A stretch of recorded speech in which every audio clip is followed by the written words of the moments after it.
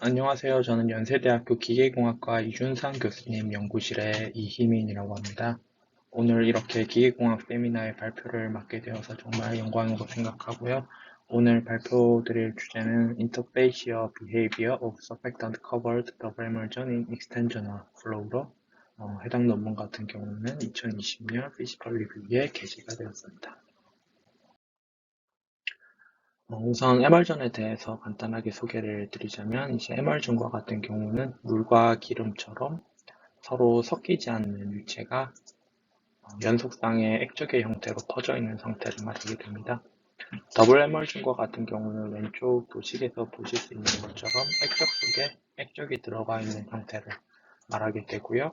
이렇게 더블 에멀전과 같은 경우는 액적 속에 하나의 액적이 들어가 있을 수도 있고 액적 속에 여러 개의 액적이 들어가 컴플렉스 더블 에멀전을 형성할 수 있습니다. 최근 오른쪽 영상에서 보실 수 있는 것처럼 마이크로플루이딕 채널 기술의 발달로 인해서 상당히 정밀하게 제어가 된 더블 에멀전의 설계와 생산이 가능해지게 되었고요. 이런 더블 에멀전과 같은 경우는 화장품 산업이나 아니면 아이스크림이나 유제품 같은 그런 푸드 엔지니어링에서도 널리 이용이 되고 있고, 특히 액적 속에 액적이 들어가 있는 그런 캡슐화된 형태적인 특성으로 인해서 수용성 약물을 이송하는 드러그 딜리버리 분야에서도 널리 이용될 수 있을 것이라 기대되고 있습니다. 더블 에멀전의 다이나믹에 대해선 상당히 여러 가지 연구들이 이루어져 왔는데요. 우선 비니액시얼 플로우 상에서 더블 에멀전이 존재할 때 더블 에멀전의 각각의 내외부 액적이 어떠한 형태로 변형이 이루어지는지, 그리고 외부 액적의 표면과 내부 액적의 표면이 어떠한 방식으로 상호작용이 이루어지는지에 대한 수치 해석적 그리고 애널리티컬한 연구들이 이루어져 왔습니다. 그리고 더블 에멀전이 시어 플로우 하에 있을 때, 더블 에멀전이 시어 플로우 하에서 파괴가 이루어질 때 어떠한 형태의 액적들이 형성이 되는지, 그리고 가장 오른쪽 그림에서 보실 수 있는 것처럼 액적 속에 굉장히 여러 개의 액적이 들어가 있는 컴플렉스 더블 에멀전에서 확장 유동이 가해질 때 각각의 액적이 어떠한 형태로 변형이 이루어지는지에 대한 연구 또한 이루어져 왔습니다. 하지만 이러한 대부분의 더블 에멀전 연구와 같은 경우 계면 활성제가 적용이 되지 않은 퓨어 드럼렛의 경우에 대해서 많이 포커스가 이루어져 왔습니다.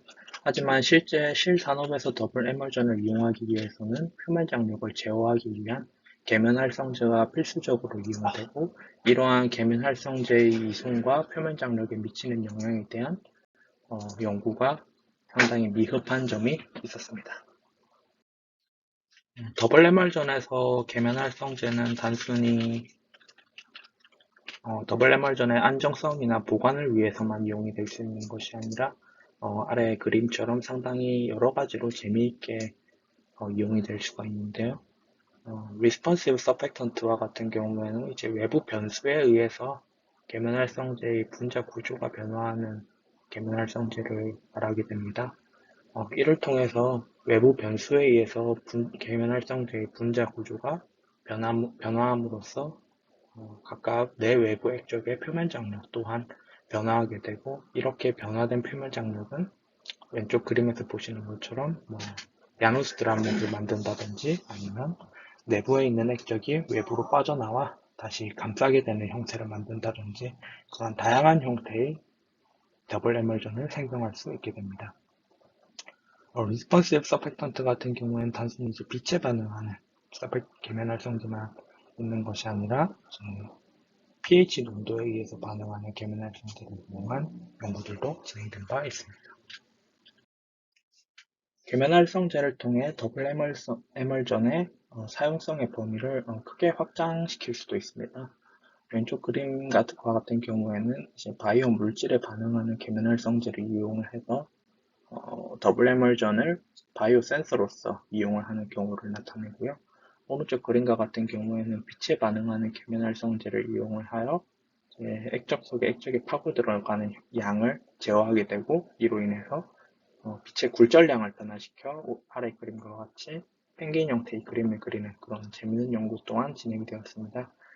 이렇듯 더블 에멀전과 계면활성제의 관계는 상당히 밀접한 관계에 있으며 계면활성제를 어떠한 방식으로 제어하느냐에 따라서 더블 에멀전의 사용 범위 또한 크게 확장시킬 수 있음을 나타냅니다. 그러므로 본 연구에서는 계면활성제가 적용된 더블 에멀전의 표면 간 상호작용 그리고 그 메커니즘을 수치 해석적인 방법을 통해 분석하고자 합니다. 이를 위해서 계면활성제가 적용된 더블 에멀전의 외부 확장 유동장이 가해지게 되고요. 이렇게 외부 확장 유동장이 가해진 더블 에멀전에서 이 표면에 계면활성제가 어떠한 방식으로 대류와 확산이 이루어지는지, 그리고 외부 유동에 의해서 더블 에멀전이 어떠한 방식으로 변화, 변화가 이루어지는지, 그리고 반지름 비에 따른 더블 에멀전의 변화작용과 그리고 그 상호작용에 대해서 확인을 하였습니다. 그래서 최종적으로 계면활성제가 적용된 더블 에멀전에서의 표면과 표면 간의 상호작용에 대해서 분석하고자 하였습니다. 이를 위한 수치 해석 방법으로는 레티스 볼츠만 메서드를 이용을 하였습니다. 레티스 볼츠만 메서드는 비선형 방정식인 나비의 스톡스 방정식을 풀어내기 위한 CFT 방법 중의 하나로 크게 스트리밍과 콜리전 스텝으로서 이루어지게 됩니다. 각각의 노드상에 있는 디스트리뷰션 펑션이 스트리밍과 콜리전 스텝을 통해서 계산이 되게 되는데요. 기존 비선형 방정식인 나비의-스톡스 방정식을 가버닝 이퀘이션과 같이 선형의 방식으로 풀어냄으로써 훨씬 더 수치 해석 복잡도 또한 저하시킬 수가 있고요. 그리고 컴퓨테이셔널 코스트 또한 상당히 낮출 수 있다는 점에서 기존 CFT보다 여러 가지 이점을 가질 수가 있게 됩니다. 서로 섞이지 않는 유체를 모델링하기 위해서는 이제 다상 유동 모델 또한 필요로 하게 되는데요. 이를 위한 모델로는 이제 일반적으로 컬러 그레디언트 모델이라고 불리는 레티스 볼츠만 메서드 기법 중에 하나를 이용을 하였습니다. 컬러 그레디언트 모델과 같은 경우에는 이제 페이즈 필드 파라미터라는 것을 이용을 해서 각각의 유체의 경계를 나타나게 되는데요. 페이즈 필드 파라미터 로 n과 같은 경우는 아래식과 같이 레드 플루이드와 블루 플루이드, 그러니까 서로 섞이지 않는 레드 플루이드와 블루 플루이드의 밀도차를 통해서 얻어지게 되는 -1과 1 사이의 부차원수라고 보시면 될 것 같습니다. 이러한 페이지 필드 파라미터와 같은 경우에는 그래프에서 보시는 것처럼 유체 1이냐, 유체 2냐의 유체가 1이면은 이제 완전한 -1의 값을 가지게 되고, 유체 2와 같은 경우에는 완전한 1의 값을 가지게 되고, 그리고 각각의 유체와 경계상에서는 1과 -1 사이의 값을 가지게 됨으로써 상당히 디퓨즈한 인터페이스를 가질 수 있게 됩니다. 이러한 페이지 필드 파라미터와 같은 페이지 필드 파라미터를 이용을 해서 표면 장력의 세기 또한 조정을 할 수 있게 되고요. 이러한 표면 장력을 생성하는 콜리전 펑션으로부터 최종적으로 얻어지게 되는 마크로스코픽 서피스 텐션의 크기는 이러한 AR과 AB라는 그런 우차원수를 통해서 직접적으로 독립적으로 표면 장력의 세기를 모델링할 수 있게 됩니다. 계면활성제 이송 모델을 수치 해석적으로 나타내기 위해서 계면활성제의 대류 확산 방정식에 대해서 풀어내야 됩니다. 계면활성제 대류 확산 방정식과 같은 경우는 아래의 식과 같이 대류 텀과 그리고 확산 텀으로 이루어지게 됩니다. 이렇게 그리고 또 계면활성제의 농도에 따라서 표면 장력의 색이 또한 변화하게 되는데요. 계면활성제의 농도와 표면 장력의 세기에 대한 상당한 여러 모델들이 존재하지만 본 연구 같은 경우에는 이제 몰큘러 다이나믹 시뮬레이션을 통해서 계면활성제의 농도와 그리고 표면 장력의 세기의 관계를 구해내었고, 이를 통해서 아래 식과 같이 계면활성제의 농도가 증가함에 따라서 표면 장력이 변화하게 되는 그러한 식을 2차 식의 형태로 구해내게 되었습니다. 그리고 현 수치 해석 모델 또한 이러한 MD를 통해서 얻어낸 결과를 적용하게 되었습니다. 이러한 수치 해석 모델의 정확성을 검증하기 위해서 기존의 결과와 그리고 애널리티컬한 솔루션 해서의 더블 에멀전의 변화량을 비교를 하였습니다. 각각 비교되는 양은 Deformation Index라는 DI라는 수치를 통해 비교가 되었고요. Deformation Index와 같은 경우에는 이제 단축과 장축의 비로서 나타내는 값들입니다. 그리고 이러한 Deformation Index는 각각의 Capillary Number에 따라서 비교가 되었는데요.